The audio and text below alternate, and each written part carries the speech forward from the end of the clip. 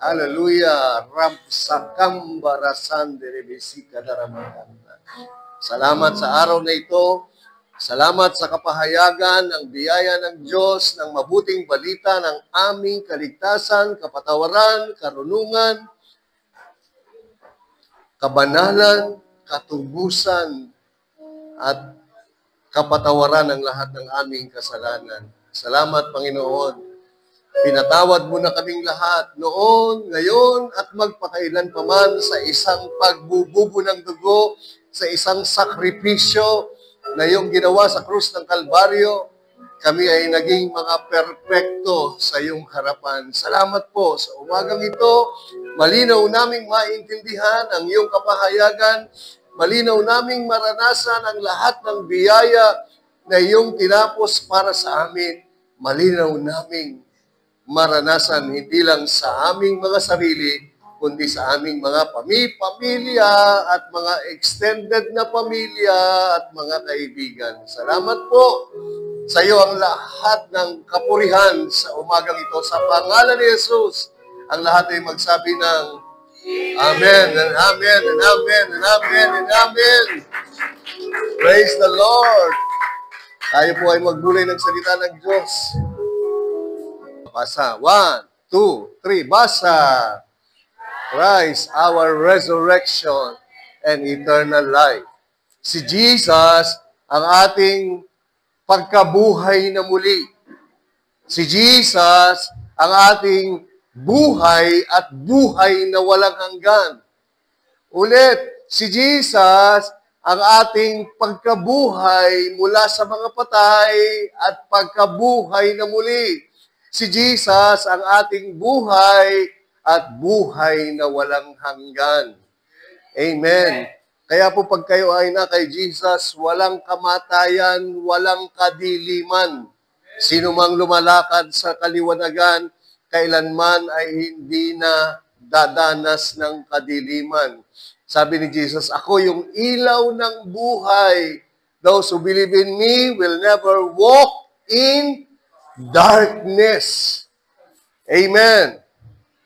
Praise the Lord. Sa John chapter 3 verse 14 to 17, and as Moses,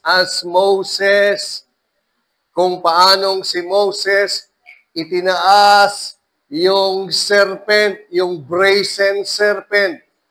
Yung brazen serpent is the symbolism or the type of Christ's death and resurrection. Mababasa natin yan sa Numbers chapter 21, nung panahon ang mga Israelita ay nagrereklamo sa Diyos, nagrereklamo kay Moses, ayaw na nila sa Diyos, ayaw na nila kay Moses na gumagabay sa kanila. Sila ho ay pinagtutuka ng ahas. Ang ginawa po ng Diyos sabi ng Diyos kay Moses, Moses, gumawa ka ng bronze serpent. Ilagay mo sa pole, ilagay mo sa krus, itaas mo. Yun po ang simbolo ng si Jesus ay pinako, nilibing at nabuhay na magmuli. Sabi diyan, and as Moses lifted up the serpent in the wilderness, even so must the Son of Man. Tingin po kayo sa ating monitor. Ibig sabihin ng Son of Man, referring to Jesus Christ, resurrection, the resurrected Christ. Amen. Tingin, that whoever believes in the resurrected Christ should not perish. Sabihin nyo, hindi mapapahamak, hindi mamamatay, hindi mawawasak, hindi masisira. Yun po ang ibig sabihin ng apolemi. Not perish, not destroy, not die, not lost, not lose. Amen. But have eternal life. Amen. If you have Jesus Christ, if you believe in Jesus Christ, as Moses lifted up the serpent. Sa Numbers 21, the type of Christ's resurrection, even so must Jesus Christ, the Son of Man, must be resurrected from the dead. Naintindihan niyo po yan? Yan po ang ibig sabihin ng resurrection. That whoever believes in Christ's resurrection should not perish. Kasi sabi ng Romans 4:25, Jesus was delivered to death for our sin and was raised to life for our justification. Na tayo, si Jesus ay namatay at dahil sa ating mga kasalanan, nabuhay mula sa mga patay para tayo ay mapatawad. Amen ba? Whoever believes in Him who? Christ resurrected, which is the gospel, His death, burial, and resurrection. Whoever believes in Christ, who died, sacrificed, buried, and raised to life, will not perish, but have eternal life. Tingin po kayo sa akin, yung buhay na walang hanggan nakatira sa inyo. Amen. Maraming Christian, pag pumunta ho kayo sa church, alisin nyo ho yung mga mindset nyo na nakaisip. Ano yung nakalagay sa isip nyo? Mga natutunan nyo, maraming taon na nakalagay dyan. Ngayon, pag naririnig nyo, pag sinasabi ng pastor, lalo pag dito, yung buhay na walang hanggan nakatira sa inyo, hindi nyo matanggap kasi ang daming nakalagay dyan sa utak nyo, Basta meron kang buhay na walang hanggan. Pero pag sinasabi kong nakatira yung buhay na walang hanggan, hindi mo kayang tanggapin kasi ang alam mo lang, meron ka lang buhay na walang, hindi mo nga alam kung paano. Kasi nakastuck yan sa dami ng taon na narinig mo palagi. Kaya pag sinabi ni Pastor Nestor, yung buhay na walang hanggan nakatira sa'yo, hindi mo matanggap. Tanggalin mo kasi yung mga basura sa isip mo. Sabi ni Jesus, ako ang buhay. Ako ang buhay na walang hanggan. Nasaan si Jesus ngayon sa inyo? Nakatira sa inyo. So kung nakatira sa inyo yung buhay, at yung buhay na walang hanggan, nasa inyo yung buhay na walang hanggan. Sabi ni Jesus, I am the way. Nasaan yung way ngayon? Nakatira sa inyo. I am the truth. Nasaan yung truth ngayon? Nakatira sa inyo. I am the life. Saan yung life ngayon? Nakatira sa inyo. Sabi ng John chapter 10 verse 10, I have come that you might have life and you might have more abundantly. Amen. Nasaan yung life na yan? Nakatira sa inyo. That whoever believes in Him, the one who was lifted up, the one who was resurrected, shall never perish. Should not perish. Galing sa salitang apolemi. Not perish. Destroy, die, loss. Hindi ko mababagi. Lose, loss. But have eternal life. Amen. Let's exegese. Sabi ng Matthew chapter 2 verse 13, when they had departed, behold, an angel of the Lord appeared to Joseph in a dream, saying, Arise, take up the young child and his mother, flee to Egypt and stay there until I bring you word, for Herod will seek the young child to destroy him. Apolemi. Destroy. Sabihin nyo, destroy. You will not be destroyed. You shall not be destroyed. Hindi ka pwedeng mawasak. Hindi ka mawawasak. So isipin nyo na, ano mga magwawasak sa'yo? Sakit, aksidente, ano ba man. Hindi ka mawawasak. Pag kay Jesus ka. O, tingnan nyo pa ito. Isang meaning. Luke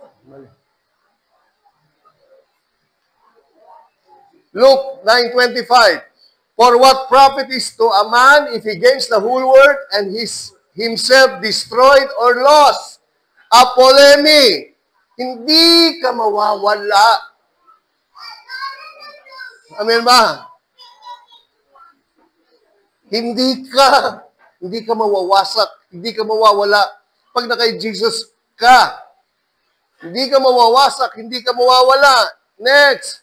Now it was Caiaphas who advised the Jews that it was expedient that one man should die.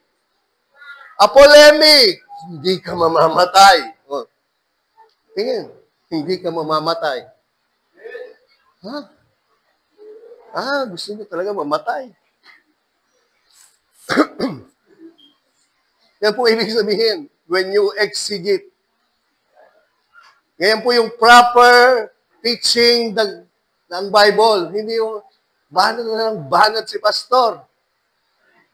Pumunta rito, pumunta rito, pumunta rito, pumunta rito. No, mayroong hong tamang paraan ng pagtuturo ng Biblia.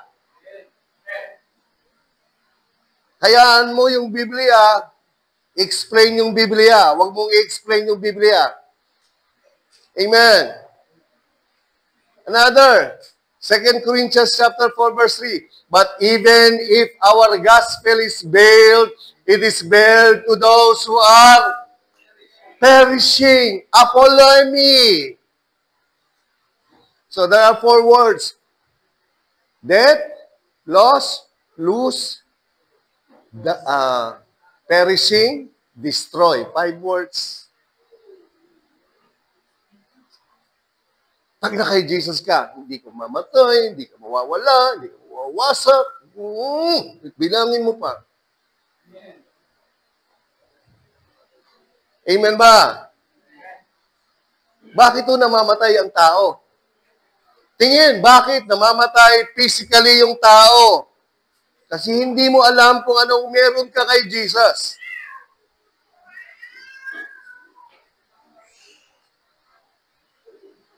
Pag hindi mo alam kung anong meron ka kay Jesus, takot kang mamatay.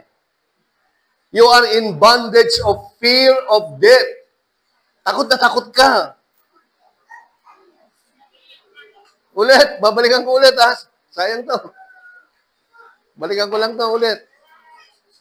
As Moses lifted up the serpent in the wilderness, even so must the Son of Man, referring to Christ, resurrected Christ, be lifted up, that whoever believes in Him should not perish, not destroy, not die, not lost, but have eternal life. Alam niyo ba na si Paul hindi siya namatay? He refused to die. Ayaw niya. Bakit ito namamatay ang tao? Because you decide. Bilang Christian, nag-decide ka na, okay na Lord. Pwede na ako. Punta na ako sa iyo. O, tingin. Alisin niyo po yung sa utak niyo. Kawawa naman siya, kinuha na ni Lord.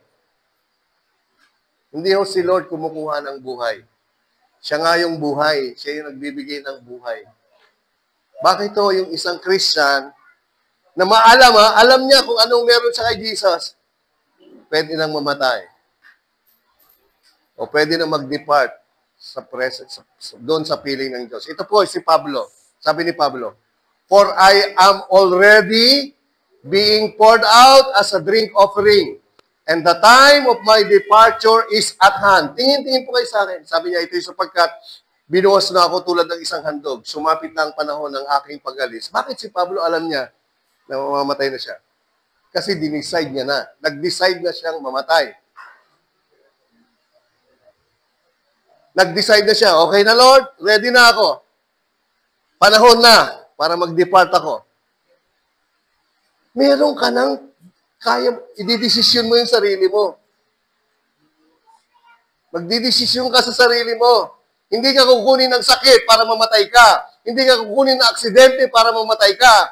Hindi ka mapapahamak. Kaya nga, inuna ko na yun. You will not be destroyed. You will not die. You will not lose. You will not lose. If you have Christ.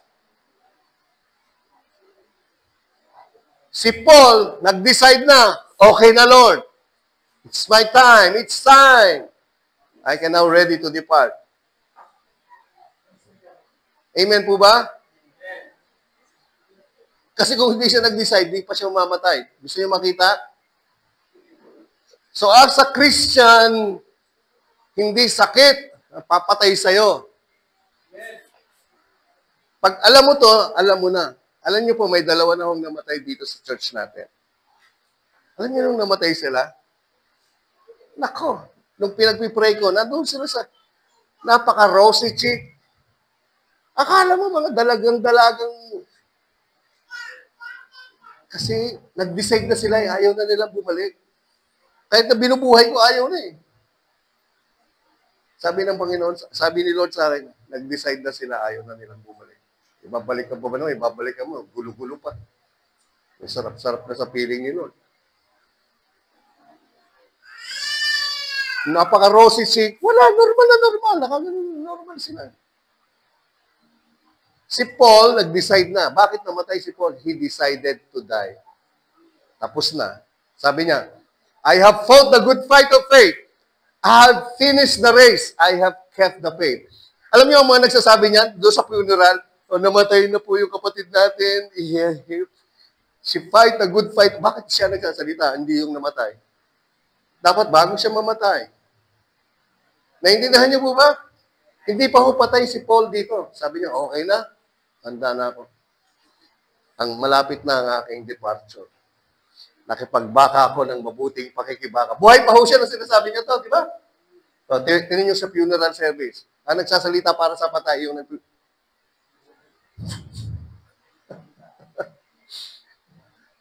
may speaker siya. Namatay na si Pastor. Pastor, farewell. You have fight a good fight of faith. Wala ka na sa Bible pag yan ang ginawa mo. Nakita nyo? Hindi ka na biblical. The one who's saying that you fight a good fight is the one preaching on your funeral. This, Paul said it when he was still alive. Ewan mo akong pagsasalitain sa funeral mo na ito sasabihin mo. Dapat bago ka mamatay, ito lang sinasabi mo.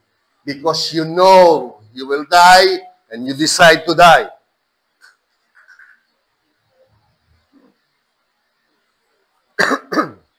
Excuse me po. Amen? Tinan niyo po ito. Si Stephen. Sabi diyan, habang pinagbabato nila si Esteban, tumawag siya sa Diyos at nagsabi, Panginoong Jesus. Nakita niyo? Si Paul, Lord, sige, okay na. Di-depart na ako. Give up na ni Paul yung spirit niya. Si Stephen, okay na Lord. Tanggapin mo na ang aking spirito. He decided to die. Kung hindi niya sinabi, hindi pa siya mamatay. Gusto niyo makita? Hey, what you have is life and eternal life. Mamaya, I will show you. Ang daming Christian, ang daming tanong. Ako din ho, ang daming tanong. Do you know that you can decide to live and not die if you don't want? Naiintindihan niyo po ba? Tingin kayo sa akin. Hindi niyo ba alam na pwede kayo mag-decide na hindi pa kayo mamatay hanggang hindi niyo gustong mamatay? Oh, look. Bakit namatay si Stephen? Lord, okay na. I give up my spirit. Then he knelt down and cried with a loud voice, Lord, huwag mo silang pananagutin sa kasalanang ito. Pagkasabi niya, ito, siya ay patay. Nakalagay mo ba, patay? Siya ay, so you will never die. But you just sleep. So, Lord, I give up my spirit. Then, he died. So you have power to decide if it's your time to die. Alam niyo ba yan? Tingnan niyo ito. Si Jesus. Nung nasa krus siya. Si Jesus ay sumigaw ng malakas na tinig. Sinabi niya, Ama, sa iyong mga kamay. He gave up His spirit. I commit my spirit. Okay na po. Inusuko ko ng spirito. Having said, He breathed His last. At ito'y nalagutan siya ng hininga. Because the life in you is the spirit which is Christ in you. the hope of glory. Pag give up nyo na yan, then you die.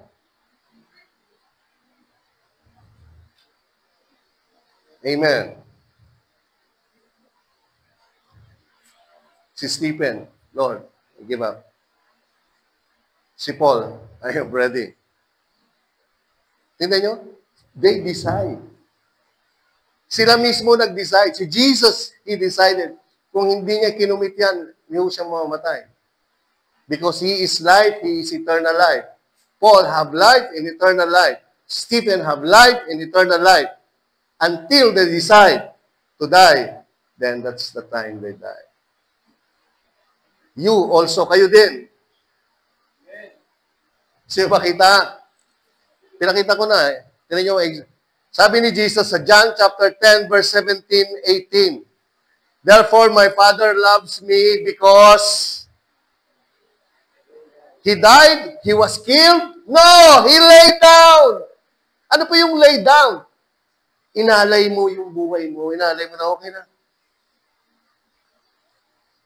Nag-decide ka na. Hindi ho siya pinatay dahil sa ating kasalanan. Although ganun ang nangyari, but because He laid down His life for His sheep. Sapagkat inalay ko ang aking buhay upang ito'y makuha kong muli. Tingnan niyo po. No one takes it from me. Tingin, wala pong pwedeng kumuha ng buhay niyo sa inyo. No one can destroy you. No one can kill you. No one will make you perish. No one will make you dead. Because what you have is the resurrected life, which is eternal life, living inside you. You must know that.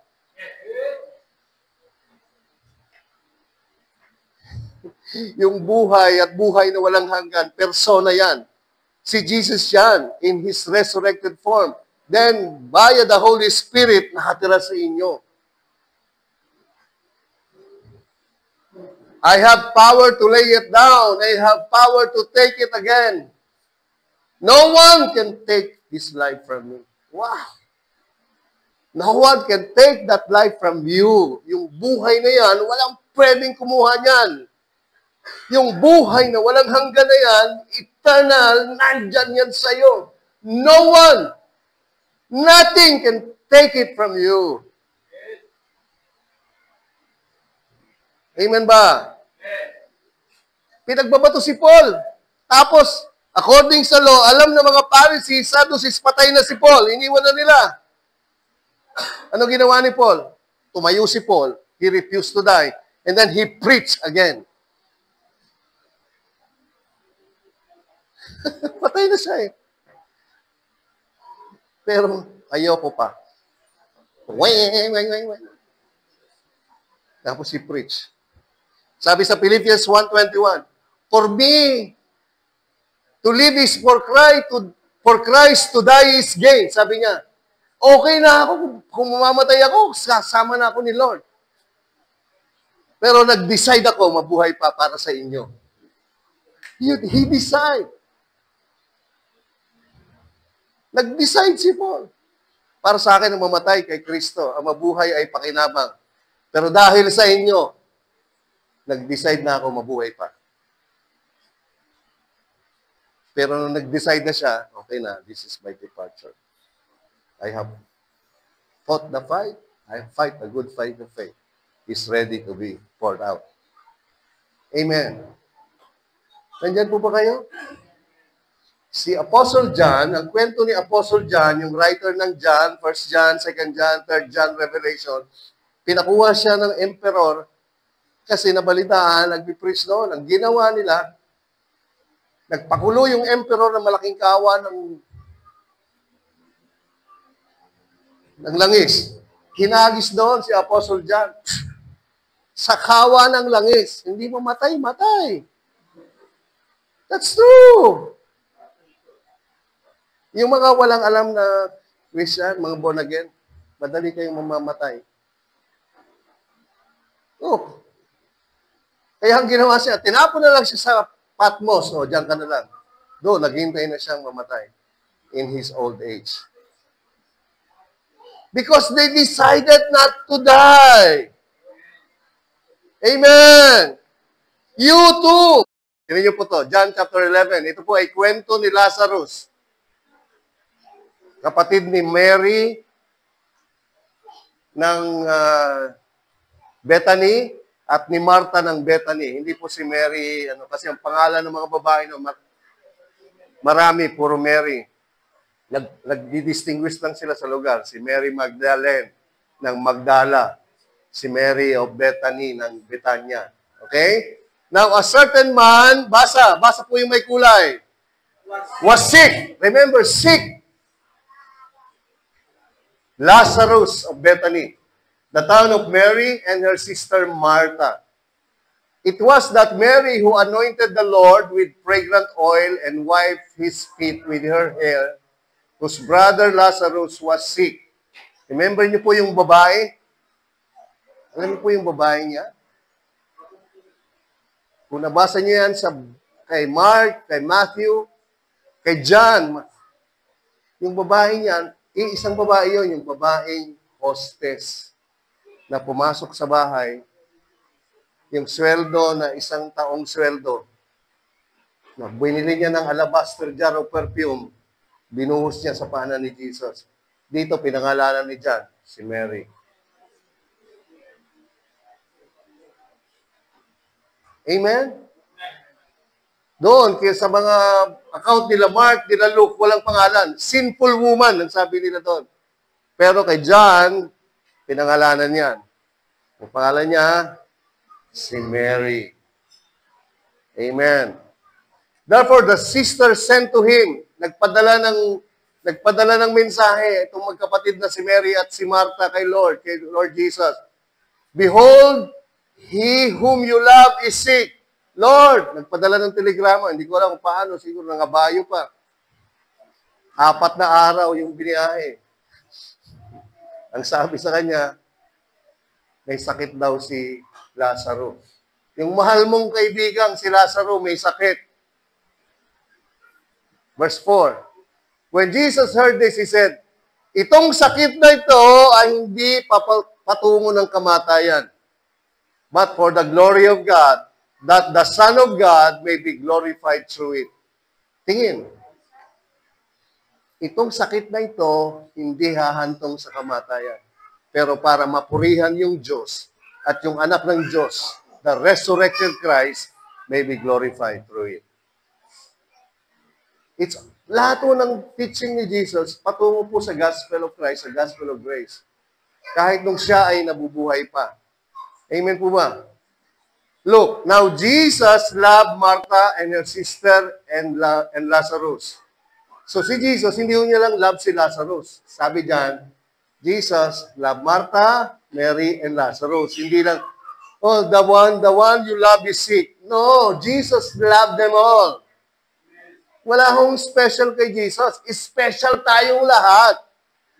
Ang 60 lang sa atin, meron lang malapit na malapit kay Jesus kasi sila yung may interest na makilala si Jesus. Tayo, tulog ng tulog sa pansitan. Pero mahal ba tayo lahat ni Jesus? Yes! Pero malapit na malapit ba kayo kay Jesus? No! Depende yun sa interest mo makilala siya. Kaya sa kanya, merong malapit 3, di ba? Si Peter, James, and John. Sa 3, may mas malapit. Si John. Kaya yung laging sinasabi ni John sa kanyang mga sulat, I am the disciple whom Jesus loves. Super lapit niya eh. Doon sa kainan nila, si John lagi nakahilig sa love ni Jesus. Kumbaga nakadepende lagi kay Jesus si John. Kaya yung mga revelation ni John talagang rektahan. In the beginning was the Word and the Word was with God. Wala ho siyang genealogy.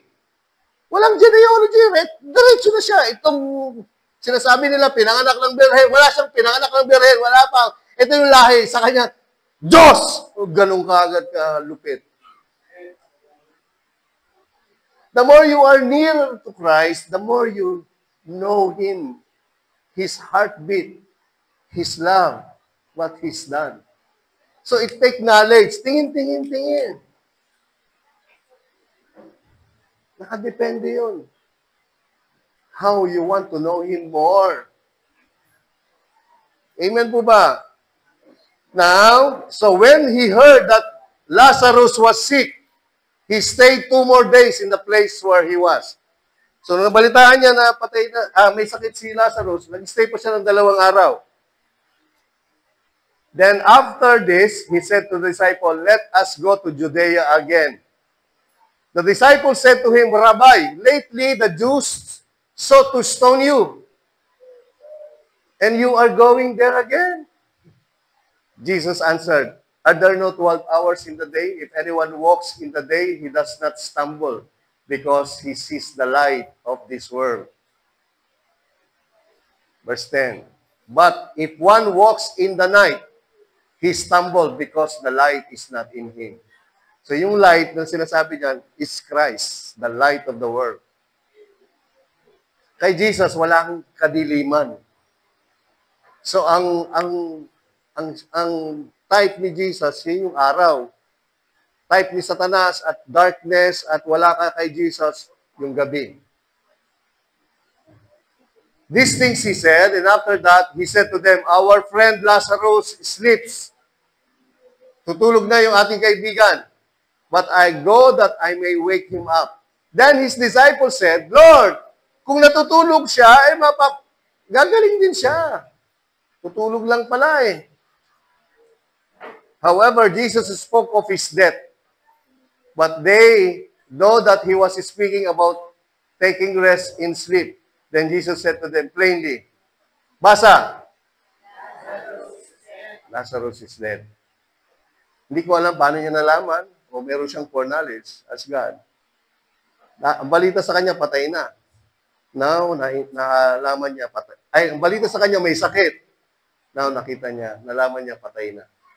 Pero ang tingin niya, si Lazarus ay natutulog lang. Amen. Tandaan niyo po yan, pag kayo ay na kay Kristo, you have power to decide when to die and when not to die. Pag na kayo ay na kay Jesus, you will never die. You will never be destroyed. Hindi kaya kayong wasakin, patayin ang anumang circumstances ng mundong ito.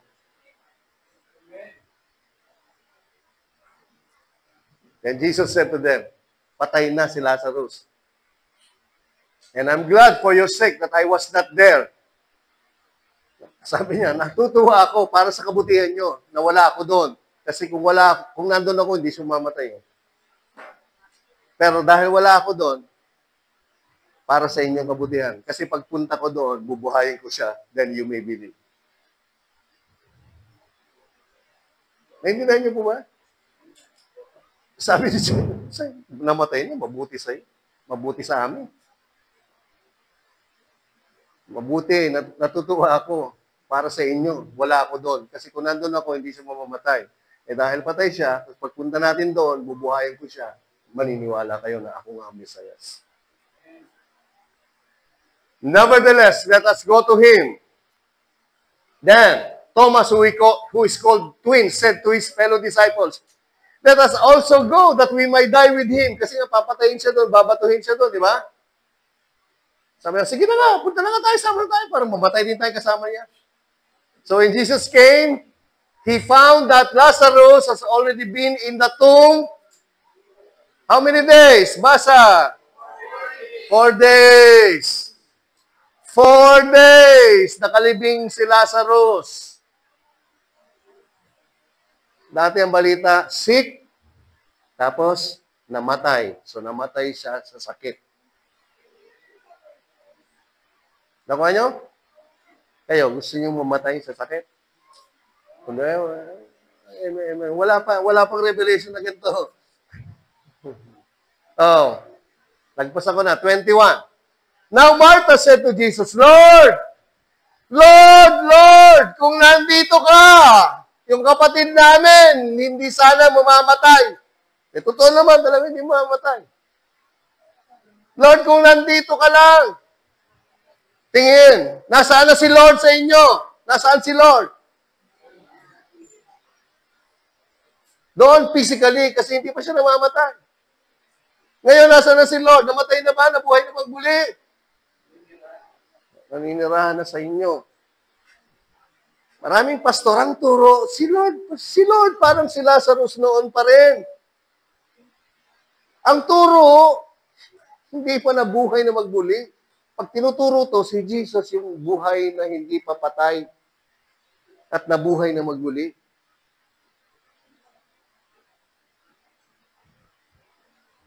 Lord, kung nandito ka lang, hindi sana namatay yung kapatid namin. But even now, I know that whatever you ask of God, God will give you. Sabi ni Jesus, tingin. Tumingin ka. Tingin. Mga inaanak ko yan. Jesus said to her, basa dyan.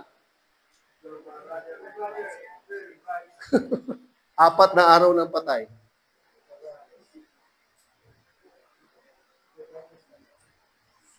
Apat na araw nang nakalibing. Sabi ni Jesus, Lord, kung nandito, sabi ni Martha, Lord, kung nandito ka lang, siya mamamatay yung anak, kapatid namin eh. Sabi niya, yung kapatid mo, mabubuhay ulit. O ano sagot ni Martha? Itong mga pagkakapatid na ito, aral na aral sila kay Jesus. O, ito ang sagot ni Martha. Kaya lang, palso yung aral nila dito. Pero sabi ni Martha said to him, I know that he will rise again in the resurrection of the last day. Alam nila yun, no? Kayo, alam niyo ba yan? Buhay po si Jesus, siya alam nila yun. Lord, alam ko, Lord, mabubuhay siya doon sa muling pagkabuhay sa mga patay in yung second coming. You see, they know. Because they were very close. Alam niyo ba si Jesus, nagba-Bible study palagi sa bahay nila?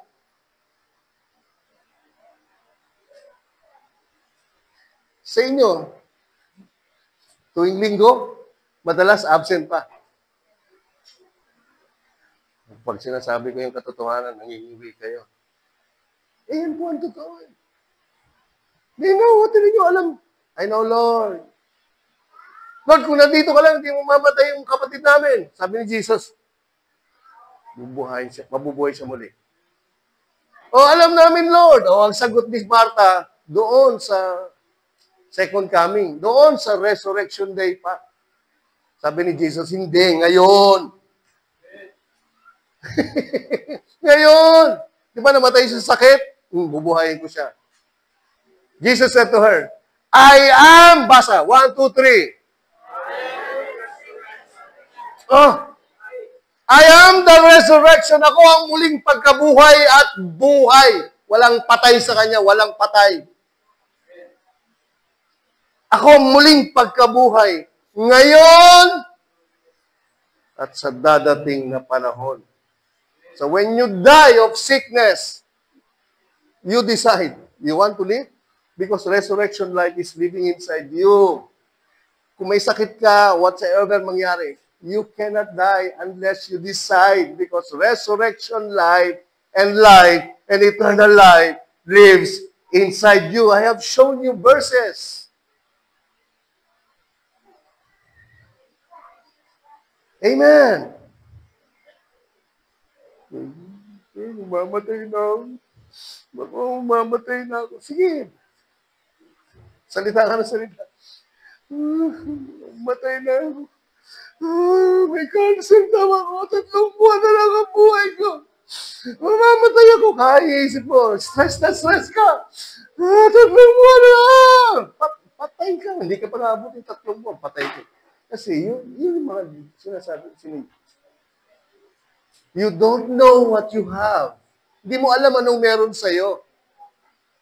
Sabi ni Jesus, I am the resurrection and the life. Kita nyo, walang kamatayan dyan. Tapos sabi niya, tingnan niyo po to, He who believes in me, though he may die, he shall live. Lahat ng naniniwala sa akin, kahit may sakit siya, kahit mamatay siya dyan, mabubuhay siya. Oh, look at this. Tapos, and whoever lives, same gospel, you make you alive, same gospel, and whoever lives and believes in me. Basa!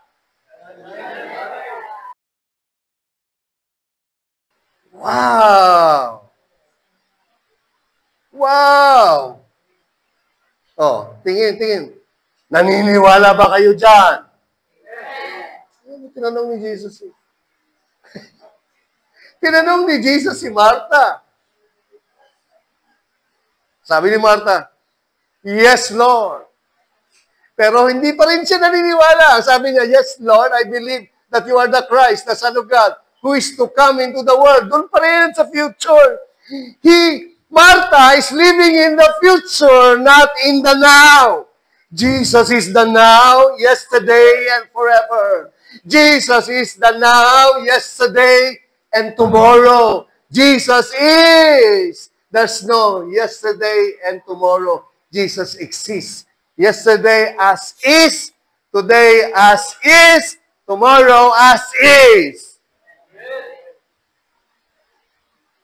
Wow! Beautiful, di ba? Amazing, di ba? Very good. Kaya sabi niya, I am the Alpha and the Omega. I was, I am, and I am to come. I was, I is, and I am the one to come. That means Jesus is present yesterday, present today, present tomorrow. Time, walang part sa kanya ang time because He always the time. He is living outside time. Amen. Si Martha, ang turo pa rin, future. Yung sinasabi ni Jesus, now. O, tingnan natin. Ang kwento, di ba? Lagpasan na natin. Then, ang na-meet naman ni Lord, si Mary. Tapos na yung encounter kay Martha, right? Then when Mary came where Jesus was and saw Him, she fell down at His feet saying to Him, oh, ito na pareho sabi nila, Lord, kung nandito ka lang, yung kapatid naming lalaki, hindi sana namatay. Pareho. Because ang alam nila, si Jesus na kasama nila is Jesus of the future. Hindi sila naniniwala, si Jesus na kasama nila is Jesus of the present and of the past and of the future. Hindi sila, wala pa silang knowledge na itong Jesus na to is the life yesterday, eternal life yesterday, life and eternal life today, life and eternal life forever. Oh. Therefore, when Jesus, nung makita niyang umiiyak si Martha, and the Jews who came with her weeping, He groaned. He groaned in the Spirit. Tingin po kayo to explain. Para naiintindihan niyo yung mga detalye, yung mga action, yung mga kung ano nangyayari. Nung panahon na yan, totoong nangyari yan, ha?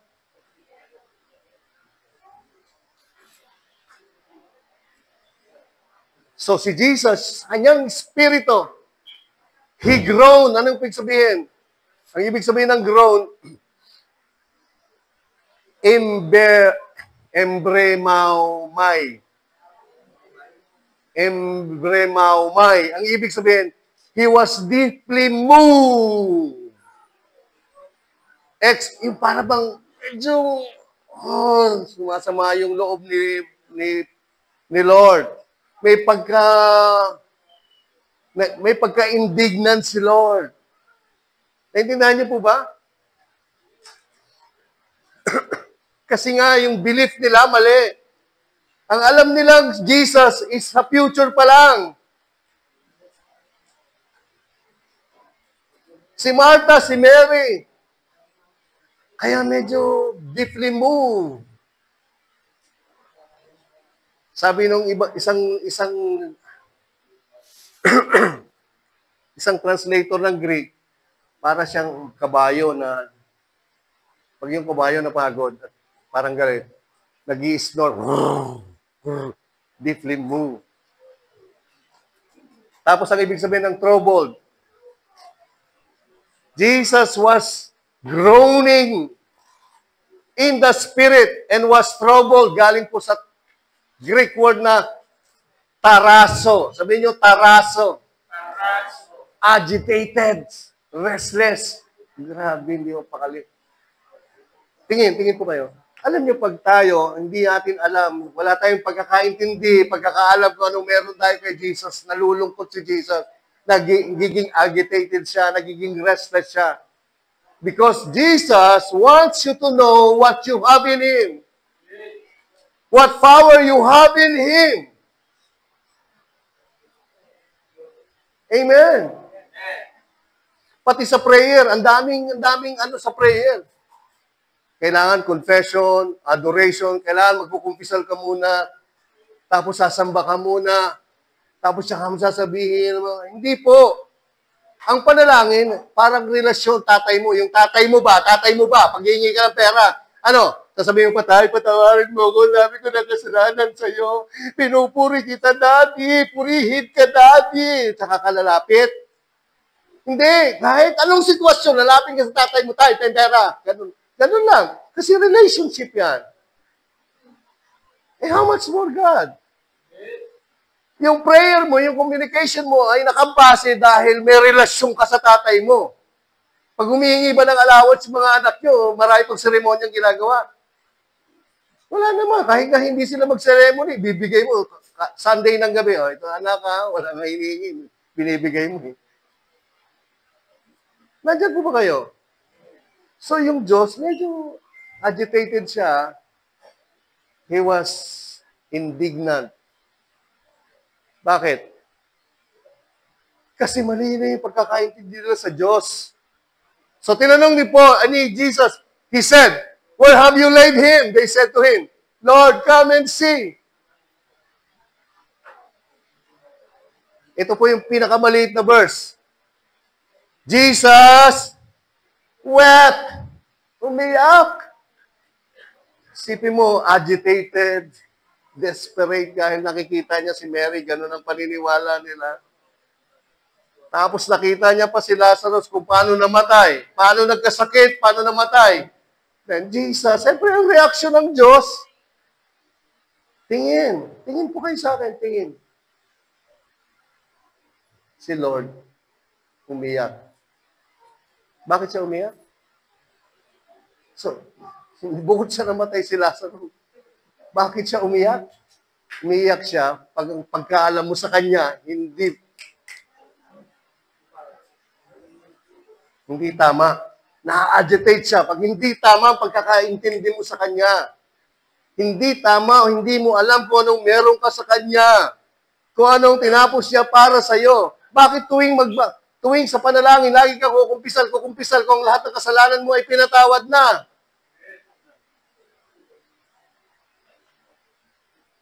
Amen. Parang tatay. Bakit naggaganto yung anak mo, hindi lang alam ng anak mo, mahal na mahal mo siya. Kaya nalulungkot yung magulang. Oh, tingnan niyo po. Then, the Jews said, see how he loved him. Mali-mali pati yung mga kasama nila, mali-mali ang pag-intindi kay Jesus. Tingnan mo, kung gano'n niya kamahal si Lazarus. Hindi! Mahal niya lahat. Kaya siya umiyak. You don't know what you have in me. Hindi mo alam. Kaya maraming believer, maraming born again, ang daming ginagawang mga, ang tawag dyan? Sa kantong salita? Mga taliwas, mga pabebe, mga papogi, na hindi naman kailangan because they don't know who Christ is, what they have in Christ, and what Christ did for them. Kaya gusto nila piniplease pa nila si Jesus. Amen ba? Alam niyo, ang gagawin niyo lang talaga, katulad ni John, lagi kayong may time to know Him more. Kilalanin siya. Tingnan niyo kung anong meron kayo sa Kanya. Ayan. Tapos sabi ng yung mga osesero, tinan mo kung gano'n niya, kamahal si Lazarus. O, mali, pati pagtingin nila, mali. Kumagawa kayo. Tapos gagamitin yung preaching na yan. Kasi namatay si Lazarus, mahal ni Jesus. Pinakita ko sa inyo buong kwento para makita nyo. Eh, maraming pastor, hindi pinapakita yun. Papakita niya yung tidbits para alu-aluin yung mga natutulog na yung demonyo sa katawan. Mga wrong impression ng Diyos. He was groaning, he was troubled every time he sees his beloved children doesn't know who he is and what you, children of God, have because of him. Nalulungkot siya. He was troubled up to the extent na maiyak na siya. Amen ba? Hindi ka na maiyak. Binigyan mo ng ito, anak, bumili ka ng ticket, tapos ang sasakyan ay Qatar Airways, tapos doon sa business class, tapos eat all you can. Binigay mo. Tapos, okay, alam ko na, hindi na na-explain sa kanya. Sige, kunin ko na. Sumakay. Pagsakay doon, sige nga, umupo na siya sa business class. Pero tiniis niya ng tiniis sarili niya. Nung ino-offer, do you want food? Isip niya, gagastos ako. Tanga, all expense pa yun.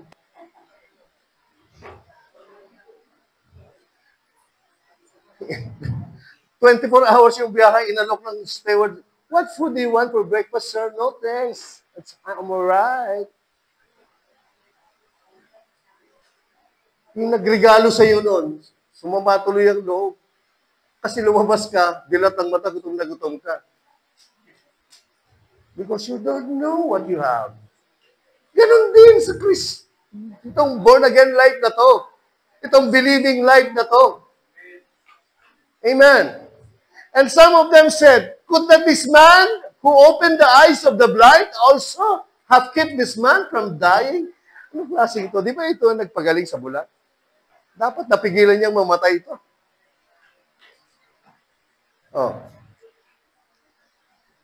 Then Jesus again, groaning. Naiiyak na si Lord. Tingin po kayo, kaya ako dito sa church, naiiyak ako eh. Ang daming sustansya ng Jesus dito.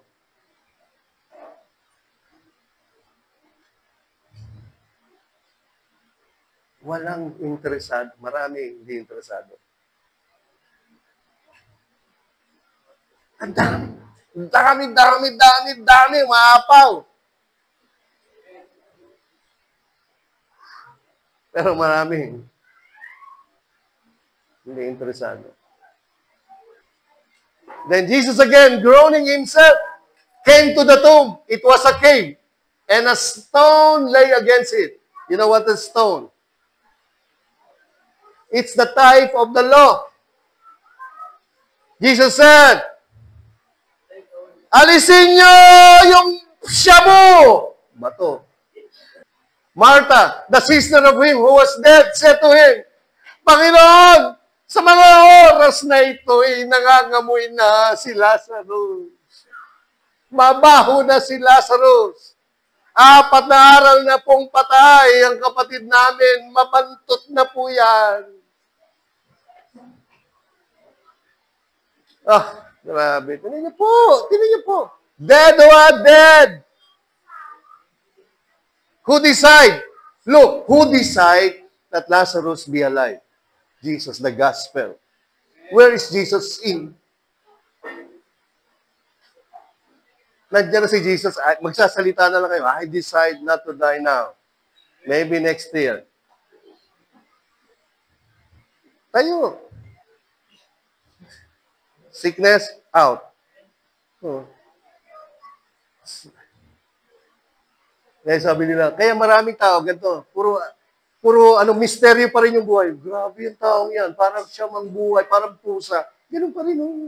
Hindi pa rin nila alam kung anong meron sila kay Jesus. Ewan ko ba? Nilaso na yan. Sinaksak na yan. Ginarada na yan. Pinasabugan yan. Hindi mamatay-matay. Because the man refused to die. Believer or unbeliever, he refused to die. Oh, tingin. Take away the stone. Mabaho na po, Panginoon. Verse 40. Jesus said to her, Did I not say to you, hindi ko ba sinabi sa iyo, kung maniniwala ka, makikita mo ang kapurihan ng Diyos. Ano ang kapurihan ng Diyos? Na kahit may sakit ka, gagaling ka. Kahit mamatay ka, mabubuhay ka. Physically, Then they took away the stone. They took away the stone from the place where the dead was lying. You see, the law is the knowledge of sin. 1 Corinthians 15:56. The sting of death is sin. The power of sin is the stone, the law. Then, Jesus lifted up his eyes and said, Father, I thank you that you have heard me. And I know that you always hear me, but because of the people who are standing by, I said this, that they may believe that you sent me. Now when he had said these things, he cried out with a loud voice. Basa, John. Lazarus! Come forth! Nasa libingan ho. Specific. Kasi kung sinabi niyang, come forth! O mabubuhay lahat yung patay doon. Kaya specific tinawag niya. Gusto lang mabuhay ng mga patay. Hindi si Lazarus lang yung tinawag. Ako yun? Come forth! Naglabasan lahat. Specific. Yung mga patay gusto lang mabuhay. Napagod na mamatay doon. Specific. Lazarus! Labas! On next. And he who had died, Lazarus, came out, bound hand and foot with grave clothes, nakadamit ng damit ng pampatay o panglibing. Nasa stone, alam niyo po yung si Jesus, pag sinuot mo si Jesus, siya yung damit ng katwiran. Ibig sabihin, kay Jesus ka lang, nananampalataya, nagdideklara na si Jesus yung kapatawaran, si Jesus yung katwiran mo, Jesus yung kabanalan mo, si Jesus ang buhay mo, si Jesus ang buhay na walang hanggan mo. Ang tawag dyan, robe of righteousness. Pero pag hindi ka kay Jesus nakadepende, ang tawag dyan, grave clothes. Tanggalin niya yan, and his face was wrapped up with clothes. Jesus said to them, tanggalin mo yan! Loose him! And let him go. Tingnan niyo po, pag inalis ka na sa law, inalis ka na sa self-righteousness ng religion natin. Kaya magpanahangin ka, maging prayer warrior ka, maging worker ka. Tinext ko ang isang adult, na dati kong adult sa DIN. Musta, Pastor? Musta po kayo? Okay po, 75 na po ako. Malakas ako kasi nasa ministry ako. Grave clothes. Sabi ko na, mabuti po yan. Pero tandaan niyo po, mother, focus lang po kay Jesus. Focus lang po kay Jesus. Hindi yung sa ginagawa mo. It is by grace you have been saved through faith, not by your works. It is the gift of God, so no one can boast. Boasting is grave clothes. Boasting is stone. Kaya sabi ni Jesus, tanggalin mo yung stone. Tanggalin mo yung grave clothes. And then, paglabas ni Lazarus, wala nang balakid. He is alive. Namatay ba ulit si Lazarus? Yes, namatay din siya. But nung namatay siya, nag-decide na siya. Okay na, this is it. Pero dito, the law decide for him. Because he was sick. Or the natural circumstances decide for him. Amen ba? But sino ang nagligtas sa kanya? Sino ang bumuhay sa kanya? the gospel. Panahon ni Lazaro, hindi pa nakatira si Jesus sa kanila. Nakatira pa kasama nila. Ngayon, namatay na si Jesus, nabuhay na magbuli, nakatira na sa atin. So you can have the power to decide to continue living, and then you have the power to decide na pwede nang mag-depart. Amen ba? Amen ba? Amen.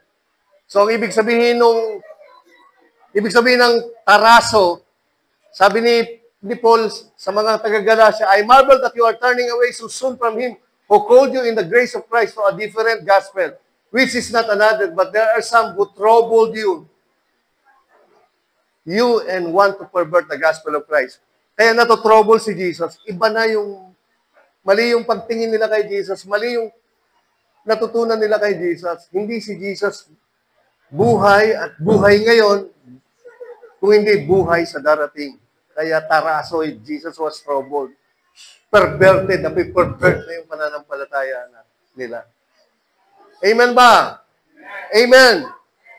Amen. And I close with this. Kaya sabi ni Paul, moreover, brethren, I declare to you the gospel which I preached to you.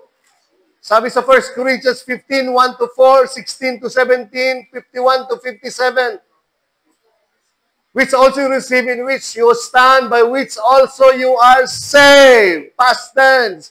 If you hold fast that word which I preached to you, unless you believe in vain. Pag hindi yan ang pananampalataya mo, sayang ang pananampalataya mo. Walang silbi yung pananampalataya mo pag hindi yung gospel na pinipreach ni Pablo. Ano yung gospel? For I delivered to you first of all that which also I received, that Christ died for our sins according to the Scripture, that Jesus Christ was buried and rose again on the third day according to the Scripture, according to Genesis to Malachi. Very specific po yung kaligtasan natin na susulat sa Genesis at sa Malachi. That's the types, shadows, mysteries, prophecies ng mga propeta sa Genesis to Malachi. Jesus fulfilled it. That is His death, buried, and His resurrection from the dead. Amen. If you believe that, yan ang pananampalataya mo, you're saved. You're secure. You will never lose. You will never perish. You will never be dead. You will never die. You will never be destroyed. Amen. For if the dead do not rise, then Christ is not risen. If Christ is not risen, your faith is futile. You are still in your sins. Kaya si Jesus nabuhay na magbuli para sabihin sa iyo, wala ka na sa iyong kasalanan. You can never be destroyed. You can never die. You can never lose. You can never lose. Amen. But you have eternal life. Verse 51. Look at the context. Verse 51, behold, I tell you a mystery, we shall not sleep, but we shall all be changed. In a moment, in a twinkling of an eye, at the last trumpet, for the trumpet will sound, and the dead will be raised incorruptible, and we shall all be changed. For this incorruptible must put on incorruption, and this mortal must put on immortality. So when this corruptible has put on incorruption, and this mortal has put on immortality, then shall be brought to the pass the saying that it is written, Death! Yung kamatayan, nilamon na ng katagumpayan. Anong context? Katagumpayan ni Jesus' death, burial, and resurrection according sa crucifixion, according sa Scripture. Nilamon na yung kamatayan. Kaya sabi diyan, kamatayan, nasaan ang iyong kamandag? Libingan, Hades, nasaan ang iyong tagumpay? Kamatayan, nasaan ang kamandag mo? Libingan, nasaan ang iyong tagumpay? Verse 56, ang kamandag ng kamatayan ay kasalanan, ang kapangyarihan ng kasalanan ay yung stone which provide you a great clothes. The law. According, 1 Corinthians, His death and burial and resurrection. This is the gospel. Tapos, but thanks be to God who gives us victory through our Lord Jesus Christ, the gospel based on His death, burial, and resurrection according sa Scripture. Amen! So in Christ, He is our resurrection.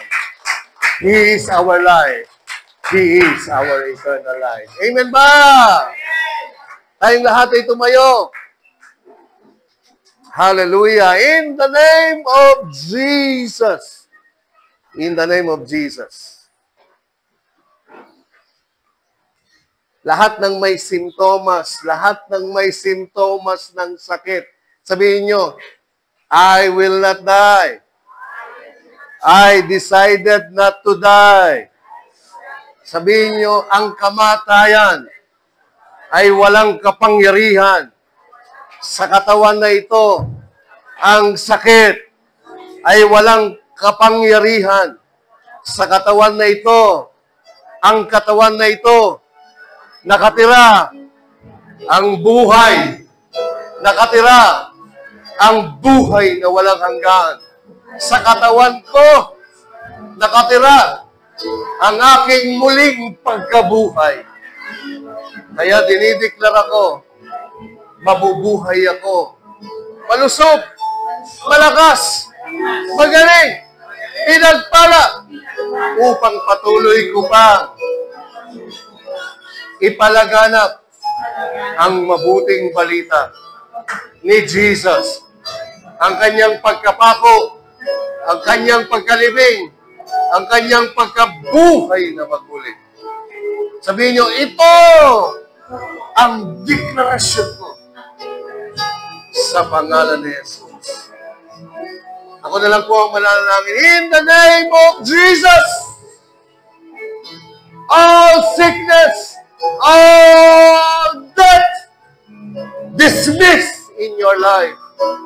I dismiss all accident. I dismiss, I destroy all sickness, all diseases, even the whisper of death. I rebuke it in your life. In the name of Jesus, I proclaim, I declare, life, health, healing, strength, power, Dios, in abundance, in Jesus' name, in Jesus' name. Hallelujah, glory, glory, glory, glory to you, Lord Jesus. Glory, glory, glory belongs to you alone. In Jesus' name, wala tayong magsabi na.